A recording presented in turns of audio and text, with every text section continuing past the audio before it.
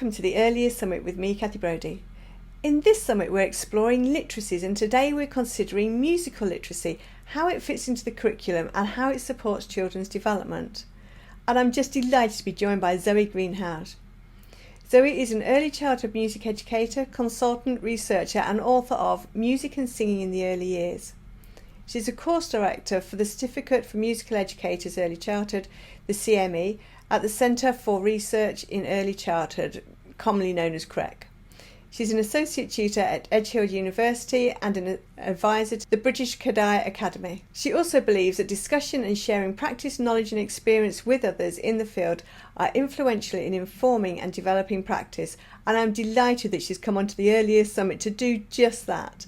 A very warm welcome to the Early Years Summit, Zoe Greenhalgh. Thank you. It's lovely to be here.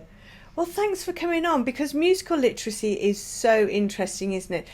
Right, but let's start at the very beginning. What do we mean by musical literacy?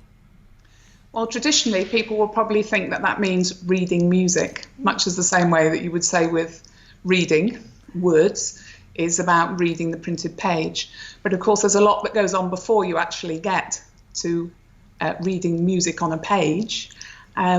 And so it's about learning, what does it sound like, how does it work orally through your ears, long before you get to anything written down.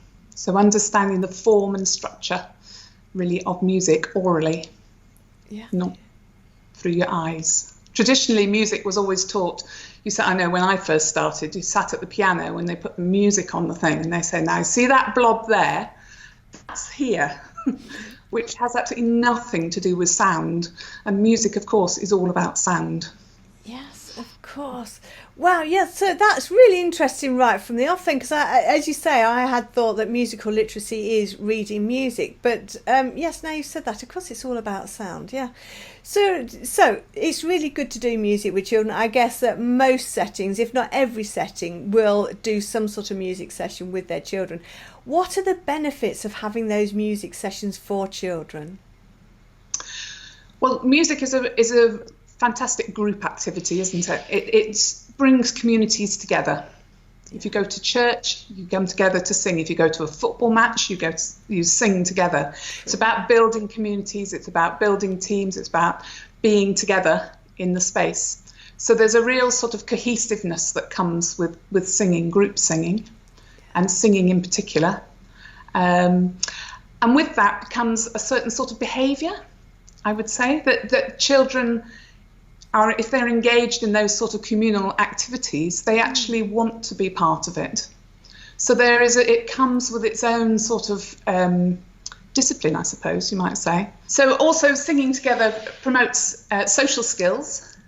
As children sing a song together, maybe where they have to do an action together, they might have to clap hands together or row a boat together, or it may be that they have a song where they have to have a little bit of input, so they might need to say where they're going or who they're going with or what colour something is.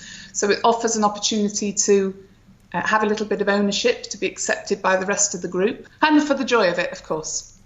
Yes, absolutely. And of course, as children, they've got no inhibitions either, have they? They just belt it out. It's lovely to hear children singing together.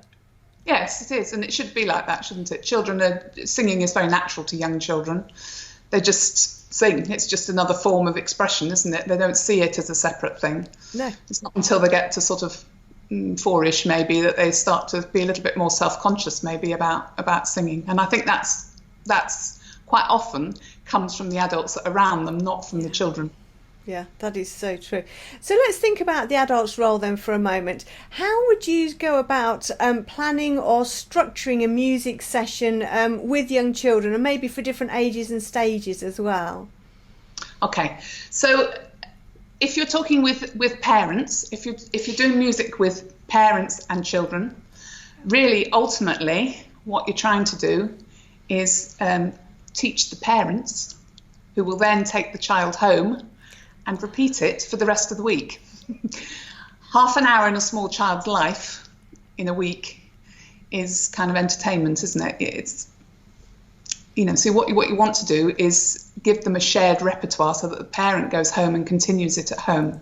So supporting the parent to be able to do that is probably a really important consideration. So that might be about providing words, or I used to sing onto a CD and give them a CD of all the songs. Now, these days, nobody has CDs, so it would be maybe putting them on the internet somewhere on a cloud for parents to access. But it doesn't need to be sophisticated. It just needs to be the tune so that the parent can listen to it and say, oh, yeah, that's how it goes. I remember now. Yeah. And sing it themselves, which is obviously much more powerful. So that's one thing to consider. In settings, if it's a really, if we're talking about a formal session, a formal music session, so we're doing 20 minutes or half an hour, which is just music, then really you're thinking about who's in that group, what environment are you in. If it's a very corner in a noisy setting, is not a good place to be having music. Can't hear. So thinking about those sort of aspects are really important as well. Particularly with maybe 2-year-olds who don't sing so much. If you're with 4-year-olds who sing a lot, you've got a lot of singing going on. If you're talking about 2-year-olds, they're not going to sing. So it's going to be mainly the practitioner who's singing. And if you're in a noisy environment, that's not very healthy for the practitioner's voice, or very beautiful probably for the children's experience, because you're going to be belting to try and get over the noise. So that, thinking about your environment is really important as well. Yeah. Thinking about what you want to achieve, really. What's the purpose of your music session? If it's about music, then there needs to be some knowledge of music learning and musical development. Yeah. Much as the same you would with any other subject, there is subject knowledge that goes along with music. And I think that kind of gets lost, doesn't it, somewhere along the line. I think as there's less musical skills within the population, because of music education issues, much wider ones, that sort of knowledge that was always there, maybe with older generations, is kind of not there in the same way. And singing is not seen as something that most people do. Yeah. So many practitioners, of course, are not very confident singing. And I get that. I think it's singing is very personal, isn't it? Your voice is part of you. It's very, very close to the bone, and makes you feel very vulnerable potentially. But children don't care. They'll just sing. They don't take any notice. They'll just go for it. So my advice to practitioners is, don't worry about it, just do it. Because by doing it, the more you do it, the better you get at it. Yes. Yeah. But along with that, of course, goes thinking about what you're doing, and being aware of perhaps how you might improve what you're doing. Rome wasn't built in a day, so don't expect to be the best you can be in one day's notice. It takes time to build those skills, and it takes thought, and it takes a little bit of work. But it's doable, and the children deserve it, really. Yes, yeah. Well, that's the thing, isn't it? We're doing it for the children at the end of the day. So in many respects, it's like storytelling, I suppose. You've got to overcome some of those inhibitions for the benefit of the children. So would each of the sessions have a specific structure? I mean, would they have a beginning, middle and end, or is that down to the different practitioners and the different groups? I think children like structure, don't they? Yeah. So my personal view is there should be bookends. So you have a beginning and you have an end. So you have something that sort of signals, if you like, something that is always the same, repeated at the beginning, that says, this is what we're doing, this is the beginning. Now, as a visiting practitioner, that is probably some sort of greeting type thing. Yeah. Although the children, of course, might not be meeting each other for the first time, but the practitioner meeting the practitioner that day. And then something at the end that says, right, we've done all our singing now we're going to go and do something else. So you've got your bookends. I think it's really important to have lots of variety within the session. Shouldn't be sat still for the whole of the session. There should always be movement. That connection between movement and singing is very powerful. Aids learning, doesn't it? Children are multimodal. It's really important. It's really important not to sit still. Children don't like sitting still. Why should they? Get up and move. So maybe some things that are more stationary, some things that are more get up and move about, some things that maybe where they're doing something with a partner or with an adult. Oh, yeah. Or something where they're doing something with each other, or with maybe a resource, some sort of resource. Instruments might be involved, or some sort of other soft resource, scarves or something, balls, I don't know, whatever it might be, puppets. So you have your sort of greetings thing at the beginning, and then maybe something that is quite active after that which everybody does together. That participatory thing, everybody doing something together, brings the group together, brings focus. And then maybe what comes after that might be something that is either new or is more concentrated in terms of the learning that you want to get out of it. Something that requires a bit more concentration and focus. And then after that, perhaps comes something that's they've done before, but maybe is slightly extended. Maybe it's slightly different, but some things that they've done before. And then as it goes on, maybe before they finish up, something that is just for the joy of it, something that children really enjoy doing. Maybe it's something that's their choice, and then the end, whatever the end is.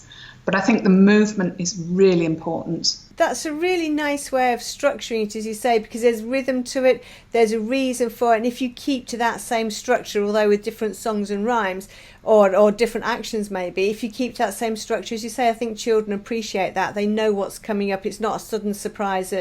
And also that practitioners have given a bit of thought to it as well. I think that is so, so important. But just thinking about songs and rhymes there, I know you talk about using quality songs and rhymes. What sort of things would you be using for different age groups? What would you call a quality song or rhyme? Now there's the $1 million question. That word quality. Yeah. Really, it's not about... It's about choosing songs and rhymes that are appropriate to the children and the purpose that you are trying to achieve.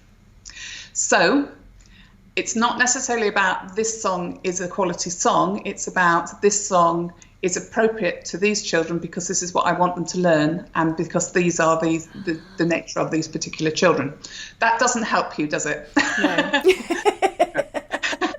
So in terms of the general features of songs, I would say they need to be simple, really simple, and repetitive quite often.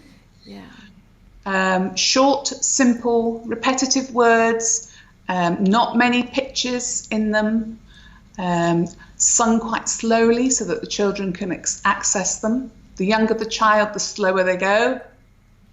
And obviously if they're new, they need to be slightly slower so that the children have time to pick up on them, to hear them. And definitely simple. Now the thing about that is that they are easier for the practitioner as well as the children. Yeah, of course. So if you think about traditional nursery rhymes, for instance, I know Humpty Dumpty is a real favourite in early childhood settings. Really hard to sing. Yeah. So difficult. Humpty Dumpty sat on a wall. Humpty Dumpty had a great fall. All the king's horses and all the king's men couldn't put Humpty together again. It's massive. It's really difficult. It's got loads of pictures in it. It sort of winds about in the middle. It's very hard to sing. A lot of those rhymes are very traditional rhymes, but have Victorian tunes that were added.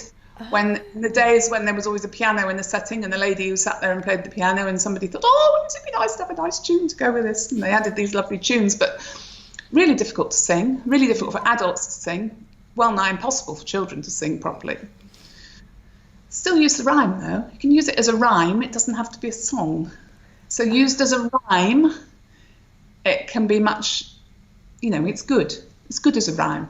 Yeah, yeah. There are other ones which are easier. So, rain, rain, go away, come again another day. Much easier to sing. So that na, na, na, na, na, na, na, that sort of stuff is much more instinctive for children to sing. They can latch onto that much easier. Yeah, yeah. Thinking about your repertoire, how wordy is it? How complex is it? And I would say if the practitioners find it really hard to sing, then it's probably not appropriate for the children. Yeah, yeah. I think that's a really good way to judge it, actually, isn't it? And I think there are so many kind of very much staples in nurseries and in settings. Twinkle, Twinkle, Little Star, of course, is another one that everybody sings, don't they? Yes, that's not so bad. It's got a bit of a jump at the beginning, but that's not, that's and it's so much in the culture, isn't it? Twinkle, Twinkle, above all others is probably the go-to, isn't it? Yeah. For everybody. Everybody knows Twinkle, Twinkle. Probably internationally, I think, actually. Even possibly. Yeah. So that's so much in children's ears, but it's much more contained. It doesn't have very many pictures in it. It's very repetitive. Yeah. It has a form structure that is very repetitive. So so that's fine. That yes, of course. That's why songs like Baby Shark, which is totally global and really gets in your head once you've heard it, you can't get it out of your head, because that is quite repetitive, isn't it? It is the same sort of thing again and again and again. Yes, and it's developed, which is the really important thing. The more simple your songs, the more you can do with them, actually. Oh. So you can play with them then, you can add bits to them, or you could change the odd word, or you could change what you do with them. Perhaps you can do something a bit more complex in terms of a game that goes with them. Like the activity that goes with the song can change, because the children don't need to think hard about what they're singing. They know it, it's simple, and then you can really extend learning. It's about that depth and mastery that we all know about. Yes. That actually you get much more out of something simple than you do out of something more complex. Yeah, yeah. I think that's really, really worth thinking about, because I think the temptation is you think you're moving children on in their development if you make it more complex, but take something really simple and add a twist to it is so much better, isn't it?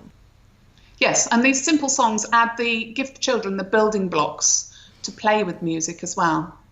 So, for instance, rain, rain, go away, that da-da, and da-da, na-na-na is one little building block. And then you might have hot cross buns, which gives you another little building block. Now, if you put those together, you then have a wider range. So it's a bit like language, isn't it? When children learn language, they learn words, and then they put two words together, and then they might put a sentence together by joining little blocks of words, and then they can manipulate those words as they wish. And it's the same with music, really. It's about understanding how pictures fit together, which little pictures fit together, and sticking them together in different combinations, manipulating sound, like Lego bricks. Yeah, I think that's a brilliant analogy. And as you say, I mean, we're talking about musical literacy today, and that's exactly what it is, isn't it? Bringing all that together and making that more complex. Yeah. So, and in you've already spoken briefly about the delivery of the session, that maybe if the environment's quieter, do you need a lot of room to deliver a music session? Because I'm thinking, if you have got movement, do you need to have a whole room for that? Well, there's a challenge, isn't it? It's lovely if you have got a whole room. Yeah. On the other hand, sometimes if you have a whole room, I mean, I've worked in places where you've got like a massive hall, and you open the door and the children go, whoosh! So sometimes it cannot be helpful. It can be unhelpful. And sometimes those rooms also have dreadful acoustics as well. So, but it is good to have a room it's good to have room to move, I would say. And you don't need anything, really. You don't really need any resources. I think when you're not familiar with music and delivering music, resources are the thing that we go to. I've got a cupboard full, I never use them all. It's like, oh, look at that puppet, it's delightful, and oh, look at that, isn't it wonderful, and and all that. I'm sure we all do that. And then we collect this massive stock of stuff. And actually, when you get really familiar and more experienced in what you do, you hardly use any of it, because you don't need it. It just helps you on your way. So you don't really need anything, but a bit of space is helpful. Yeah. You can do it without, but it takes a bit more thought, maybe. In terms of the practitioner, what the practitioner needs to think about, there are some, in my view, golden rules. One is, know your material well. It's no good sitting there going, because you'll have lost the children. They won't want to know. Yeah. So you need to know your song. You need to know it inside out. You need to be very confident and very sure of what you're going to model. Yeah. So if there's an action involved, what is that action? Are you familiar with doing it? You need to have practiced it. You need to know that you're really clear in what you're doing, because as we well know, children copy you, warts and all, don't they? So, you know, and it's much easier to get it right the first time than try and put it right when it's not right. So yeah, really important to be very familiar with this song, to be really confident in it, to know what you're going to do, and to look like you're enjoying yourself. Yeah. Play is really important. Well, play is really important in early years, we all know that. But music is really important. Music is a huge part of every person's life on this planet, is it not? In some way, shape or form. It's on the telly, it's on film, you hear it in shops. People sing at football matches in church, as we've already said. If you go to brownies or whatever, you sing, you know, just sing lullabies with small children. It's in the ether. Music is a big part of people's lives. And nothing else, should be enjoyable. That's the line, is it should be enjoyable. So if it's a song that the practitioner really hates, don't do it, because the children will know. Yes. Yes, children are they're very good at picking up authentic feelings, aren't they, children? Yeah. So find a song that suits the same purpose, that you do like, and enjoy it and play with it and react to the children, communicate with the children, connect with the children. It's not about being done to, it's about singing with, being one of the group. And with that comes the thought about how loud do you sing? If you sing louder, which is the temptation, of course, come on, children, we're going to sing. I'm going to lead you in this song, so you sing louder in order to lead. But what tends to happen then is that the children can't compete. So instead of singing along with you, they stop singing and listen and treat it as entertainment. But if you sing with, they're much more likely to join in. Children don't have very loud voices. They're small. Their voice boxes are small. Their lungs are small. We have much louder voices than they do. So thinking about that is also really important. And I think with it comes that idea of singing with is much more inviting, isn't it? We're all in it together. We're all enjoying it. We're all at the same level. It's like sitting on the floor, isn't it, with children, rather than being on a different level. It's exactly the same thing, only it's in terms of singing. So that's really important. And finally, well, maybe not finally, but finally for the moment, is thinking about the pitch at which you sing songs, because children's voices work at a particular pitch range. And as adults, children's speaking voices are higher than our speaking voices generally. Not, obviously, there are exceptions to the rule, but generally. And the same goes for the singing voices. So as adults, our voices are much more developed, physiologically, our voice boxes are much more developed, and our muscles are different. And if we don't sing a lot, quite often we sing lower, in a lower pitch, in a more speaking voice pitch. But that's not where children's voices work when they sing. So they really struggle then to sing at pitch with the person who's singing, because actually the equipment doesn't work. So they can't do it. So thinking about the pitch at which you sing is really important, and that's a bit higher probably than many practitioners are used to singing. And it takes a bit of time. If it is too high for them at the moment, it's that thing again. Just go a little bit higher than you did before, go a little bit higher and a little bit higher, gradually just be aware of it and slowly push up until you can do it, because voices will go up. Train the muscles.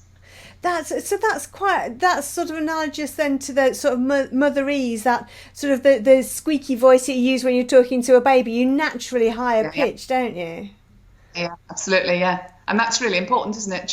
Babies like that, don't they? They respond to that. So singing is like motherese, but it's got golden edges on it, it's got a silver lining, it's even more so. And that, of course, goes over to sort of slightly older age groups as well, doesn't it? Toddlers like that as well. So rhymes, we talk about rhymes, that sort of musical lilt with rhymes is also really important and irresistible, really, and adds that sense of anticipation and connection, which is, so important. So things like knee bob rhymes, where you're on a knee. So go ride a cock horse to Banbury Cross to see a fine lady upon a white horse. You wouldn't go ride a cock horse to Banbury Cross. It have a bit of something about it, a bit of an oomph, and that musical lilt and a sense of pulse throughout it, which obviously goes with the bobbing on the knees. So what does that mean for men in early years? Because they've got much deeper voices to start off with. Good question, and the question that often comes up. So men obviously have deeper voices. Children expect men to have deeper voices.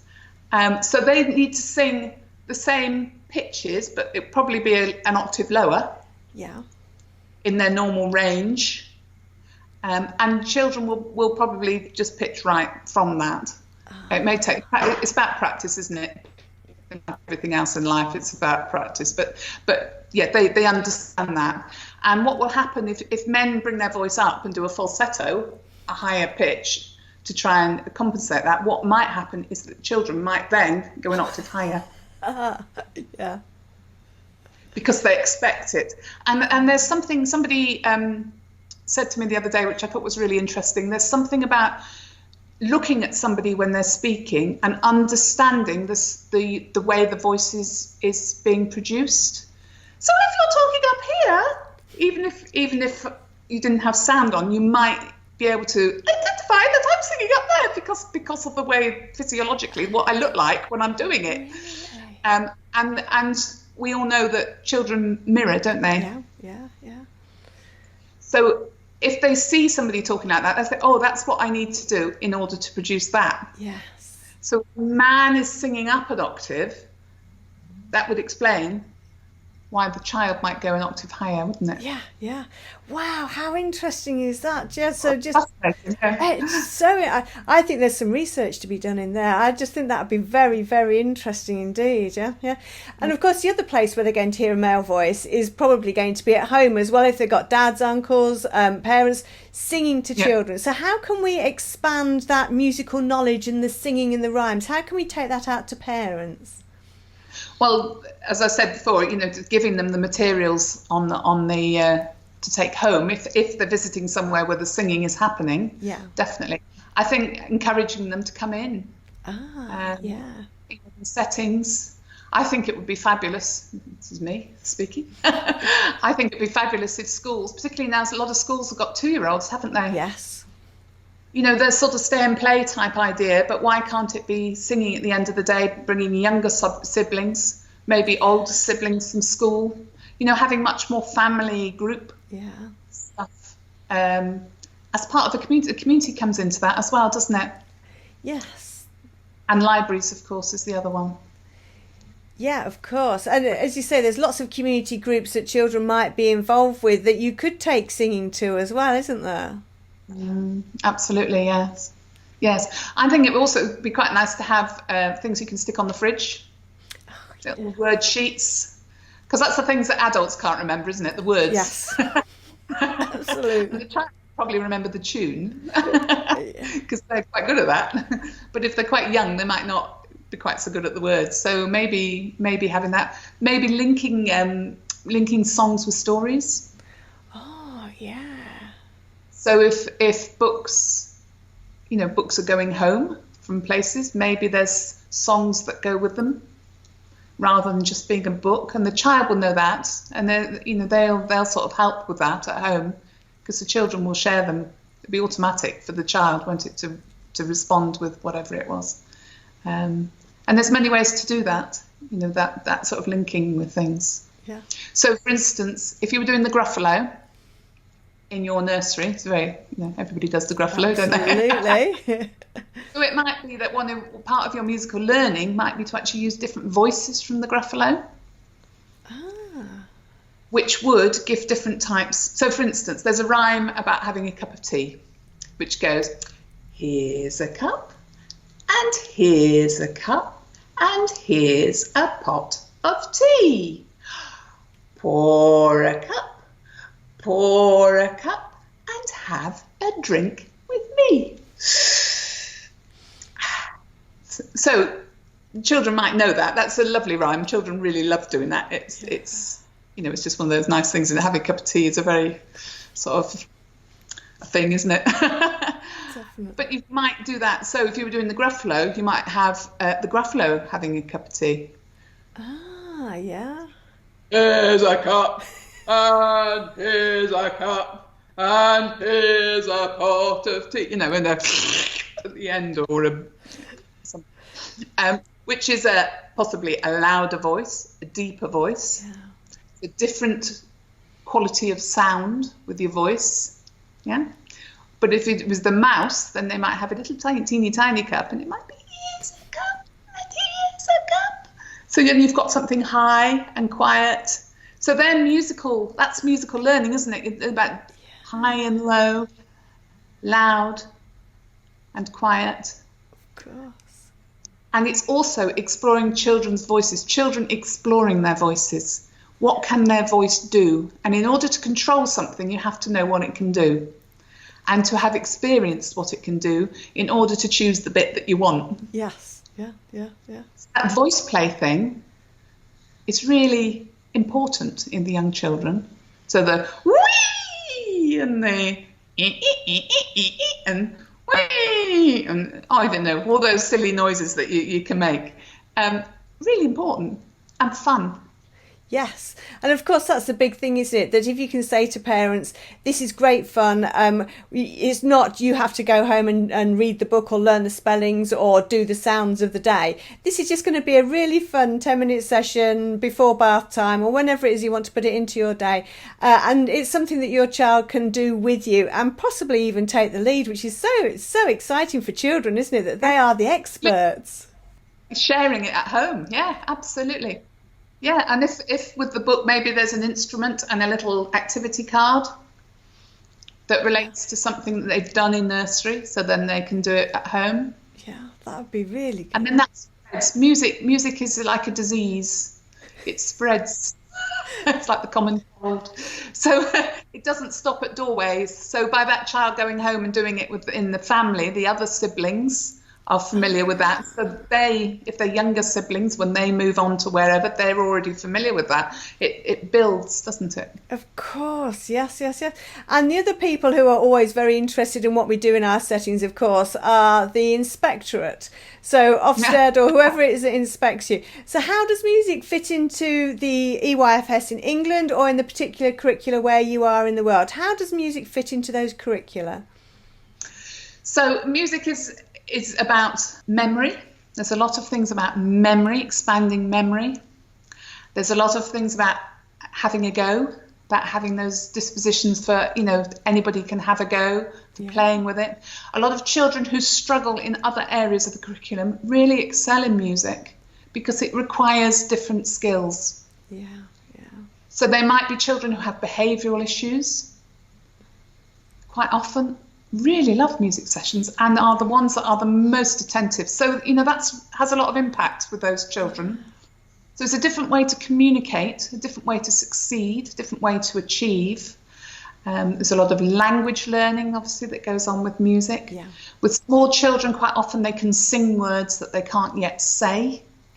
Because music comes from a different part of the brain, different side of the brain. So quite often they can sing words that aren't yet in their spoken vocabulary. So that's quite a thing, isn't it? I did not know that. That's really interesting. And that, obviously we've seen people who have been unable to talk without stuttering but they can sing. Yeah, well, I'm thinking it's the King's Speech, isn't it? That's what I'm thinking of. Yeah, absolutely. Yeah. And how empowering is that for a child? And I've experienced that a number of times where a child in a big circle, maybe 30 children in a preschool setting, and this child has never been able to answer a question because they can't. Yeah. They can't answer straight away. But when you sing something to them and there's a singing response, they immediately sing it back to you. And the response from that child is just, transformational. They're just like, whoa, I did it. It's just amazing, that sense of achievement. So it's about building confidence a lot of the time in children. Yeah. They can do it. Children have no issue with any of this. Yeah. Yeah. You know, they're really, it's very accessible to children, done right, presented well. Yeah. Children have no issues. So that's really important, isn't it? Music's also about patterns. Yes. Sequencing, memory, as I've said, repeating things, transferring one bit of knowledge to another bit of knowledge. So you might be singing different words to the same tune, playing with it, manipulating it in many different ways. So for practitioners and educators who are watching today, where would you start? If you were just starting your journey maybe, where would you start with musical literacy and working with children and music? Right. I think you start simple. I think you perhaps talk to people, maybe around your setting, get a little bit of information from the people about you, and a bit of support from the people about you would be helpful, wouldn't it? I think you find a song that you're comfortable to start with. Yeah. If if it's not your comfort zone, find the thing that you're most comfortable with and start there and gain a little bit of confidence. And once you've gained a little bit of confidence, then you can extend and start to think about further things you need to think about. There are ways to, obviously there are places you can go for information, which we'll no doubt talk about in a minute. There are, many places and various books and things, but books can't teach you to sing. Yeah. So there are, if you're not very confident singing, there are apps that you can put on your phone or your iPad that help you to learn to sing in tune. Much the same as there are language ones. I think they prompt you to do a 5-minute thing every day. Oh yes. That sort of thing. Using one of those might be really helpful. Just taking opportunities to sing. Go and join a choir. Ah, yeah. It's really to do. Sing with the children. Sing in the car.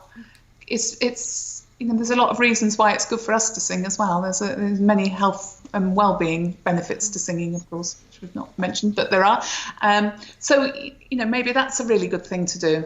And there are so many community choirs out there now, which are really good fun. It doesn't involve reading music. It just involves going out one night a week and meeting with a gang of people and having a really sociable evening and doing some singing. But it will help singing skills. Yes.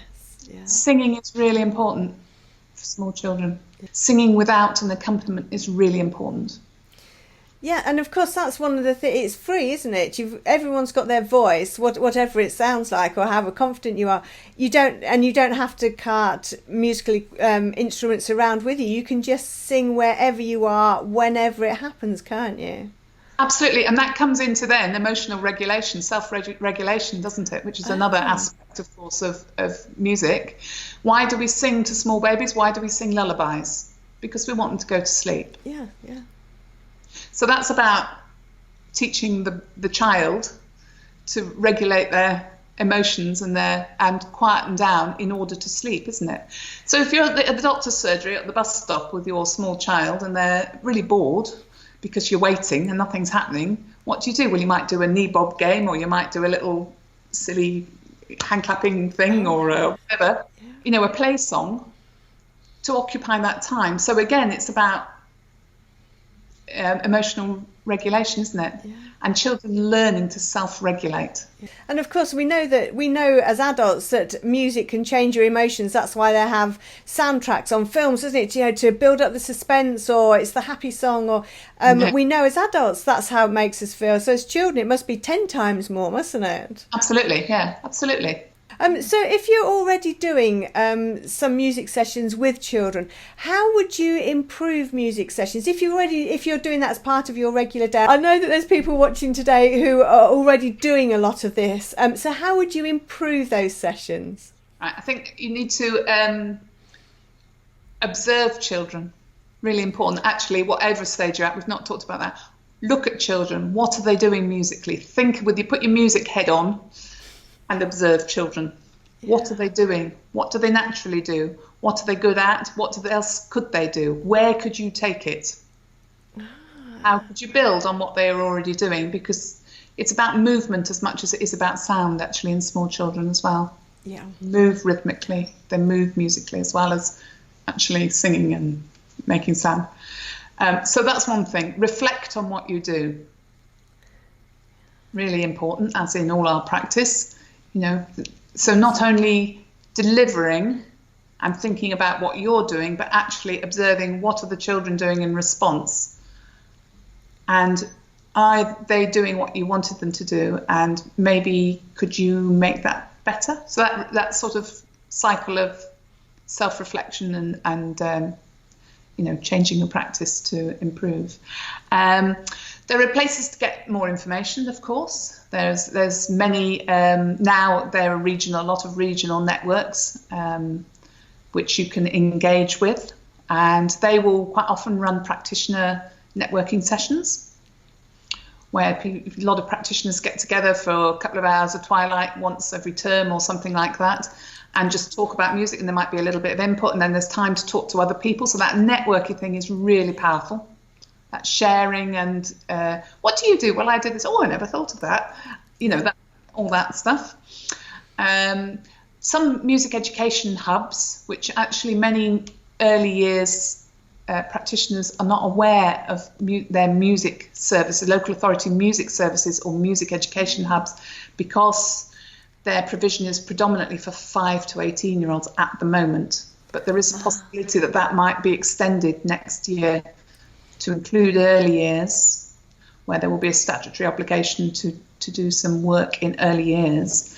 And many of those hubs and music services do already do some early years provision or networking sessions or something. So contacting your local authority music service or music hub might be another place to gain further information.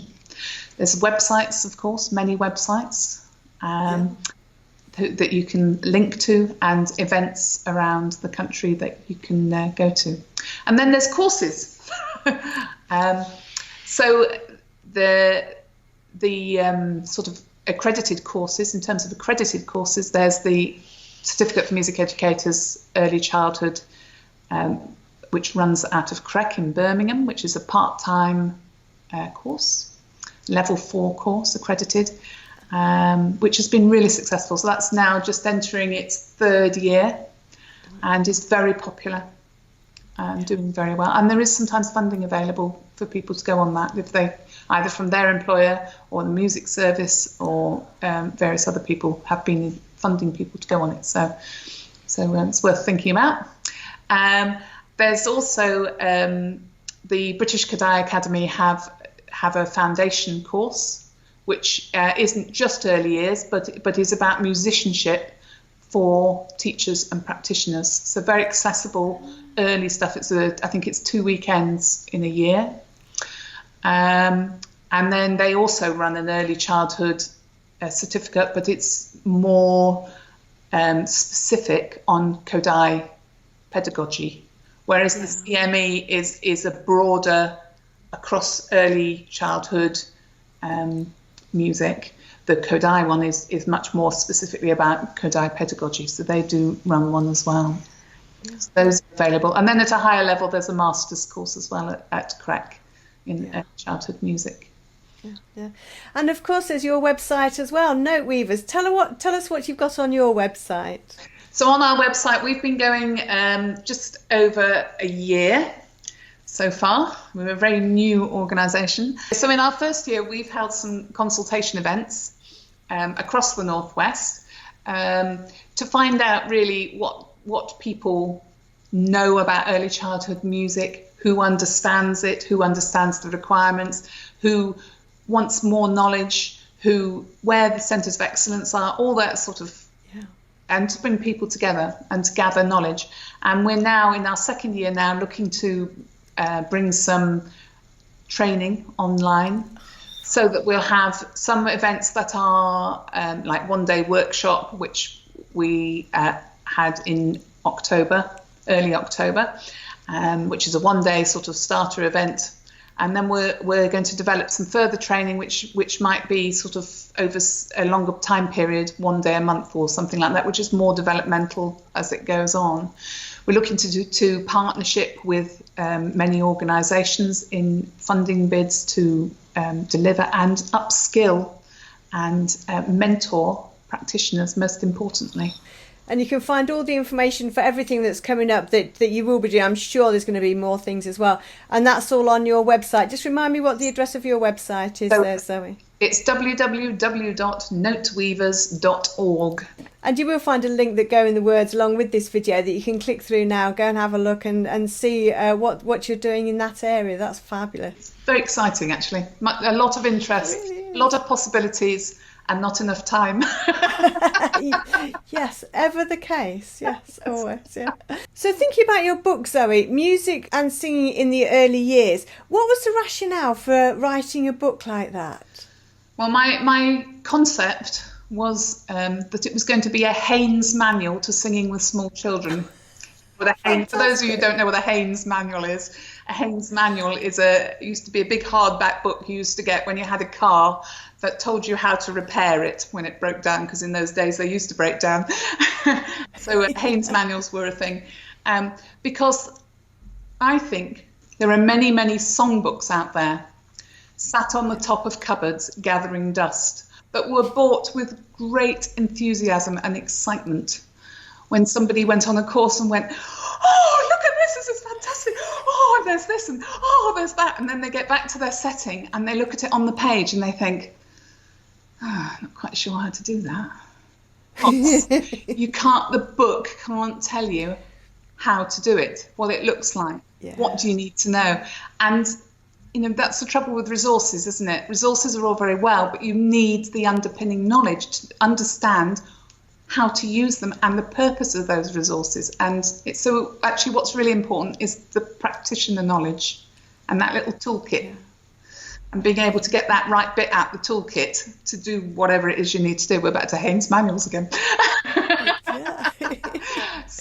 So my rationale for the book really was to try and provide some of that musical nuts and bolts information for people who may not have that understanding, the subject knowledge, if you like, that goes with music, and an understanding of what practitioners need to think about when they're delivering, and how to plan a music session, which actually has proved to be the chapter that people seem to like the most, and ways to use resources. And so all that sort of knowledge that maybe might bring songs off the page. Yeah. It's not perfect in that it is still a book. But I've tried to make it something that you can dip in and out of, that people at many different levels of experience can access, and hopefully will provide some guidance and confidence to music in early years, and an understanding of actually what is important. And where can people get that book from, Zoe? Well, it's widely available, published by Routledge, so it's on the Routledge website, it's on Amazon, if you Google it, you'll find it in many places. The British Kodály Academy also have it in their bookstore. They have quite a lot of books actually in their bookstore as well. They have quite a lot of early childhood songbooks. Zoe Greenhalgh, thank you so much for coming on to the Early Years Summit and telling us all about musical literacy and some fantastic ideas there, some really things to go away and think about. Thank you very much indeed for coming on the Early Years Summit and sharing your expertise with us today. Thank you very much for having me. It's been lovely. Oh, I am pleased. And I look forward to welcoming all our viewers and listeners to the next session on the Early Years Summit.